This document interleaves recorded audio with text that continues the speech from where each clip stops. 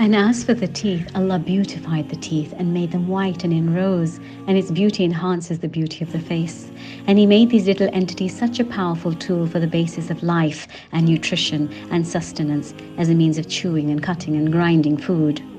So even the teeth are of various types, with molars for chewing, hence they're wider and flatter, and canines for gripping and slicing, hence they're longer and pointed, and the incisors at the front are teeth for biting, and hence are thin-edged and sharp. And Allah made the root of teeth firm and the edges sharp and strong. And with their beautiful white colour, He placed them in a perfect row like a string of pearls, white and pure and full of husna, beauty. And Allah encompassed them in two walls, and these are both the lips. And He made their structure and their colour beautiful, red like rubies, and made these lips as a lid for the mouth. And Allah made both these to complete the makhraj, the outlet of all the letters which start with aqsal halak, the furthest part of the throat, to ash-shafatain, to the two lips. And He placed the tongue in between them. Thus the tongue is one of the main entities that helps sound be produced by touching various parts of the mouth. And He made the lips just laham, just flesh, with no bone, and neither is there a bone in the tongue, so that mankind, insan, can sip and suck a drink, or a baby can suckle easily as there is no bone. So it's not stiff, and so that when man eats, it is easy to open and close the mouth, to eat and chew. Otherwise it would be very cumbersome if the lips and tongue had a bone, as opening would be very difficult. And He only let the lower jaw have the ability to move, as the head is on the upper jaw.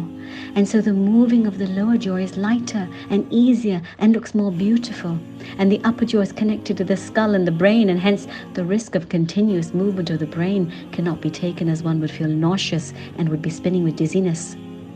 And as for the throat, Allah subhanahu wa ta'ala made the throat strong and moist with differing lengths, and this amazing difference of lengths and forms of vocal cords creates a variety of differing voices in people despite everyone having the same throat. Hence all the voices are different and unique and become a form of our unique identity. Even two sisters will have different voices if heard clearly and carefully. This is their individuality and individual voice recognition. And what about our hair? And Allah subhanahu wa ta'ala gave the head a beautiful libas, a beautiful covering and clothing of the hair, and beautified the face by letting hair grow on it in different measures, with beards and moustaches to show man's perfection and completion and grace and awe. And then He beautified the eyes with eyelashes that work as a protection also and prevents dust or even dandruff from falling in. A cancer patient once said that she washes her face and all the water goes into her eyes, as now she has no eyebrows or eyelashes to protect them. Subhanallah. All of this is Allah subhanahu wa ta'ala fine-tuning and absolute perfection in His planning and shaping, and His rahmah as to how He completes man with such care. How many things can we then be grateful for? But we don't ponder enough or reflect on the magnitude of Allah subhanahu wa ta'ala's perfection with regards to the most finite details of His creation. What about the fingers and nails? Allah created 3 parts to all the fingers and 2 parts to the thumb, and enabled the thumb like a shepherd over its flock to touch all the fingers, and gave the hand great functionality as an asset and a tool. The hand can be used as a cup or even as a hammer, and can mold into various shapes and forms. One can hold something with his hand, or push something, or pull something, or to write something, or to pick something, or drag something, or slaughter, or to wipe clean something, or to eat and to drink. And so many blessings that can't even be enumerated, and yet so much to be grateful for. All these benefits Allah has put in His creations with great barakah, and no one can count them except the giver Himself.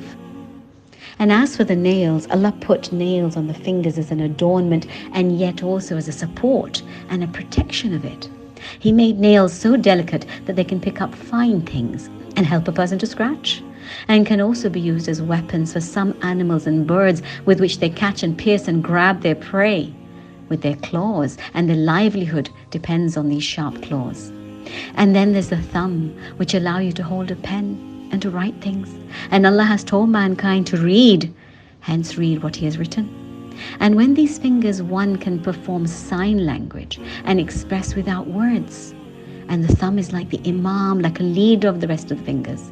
And the thumb is so unique that it is used as a major identity of a person in the form of a thumbprint, as their thumb impression becomes their identity. And the whole hand allows for touch and affection and sensation through the skin. Hence the hand is yet another beautiful machine created by Allah. And what about the neck? See how Allah subhanahu wa ta'ala made the neck, subhanallah, on 7 hollow cervical vertebrae and arranged them one on top of the other as if a string of beads. And Allah made it movable and placed the head on it so it could be flexible, allowing movement. And what about the back? Allah made the back on about 33 bones, the rear bones, the spine, and placed one on top of the other, keeping the back firm and straight. And then He connected it to the rib cage, keeping things firm, and the heart and lungs protected at the front. So be in awe of Allah with the amazing creation of mankind. The structure itself is a full insight of what the product is supposed to be able to perform.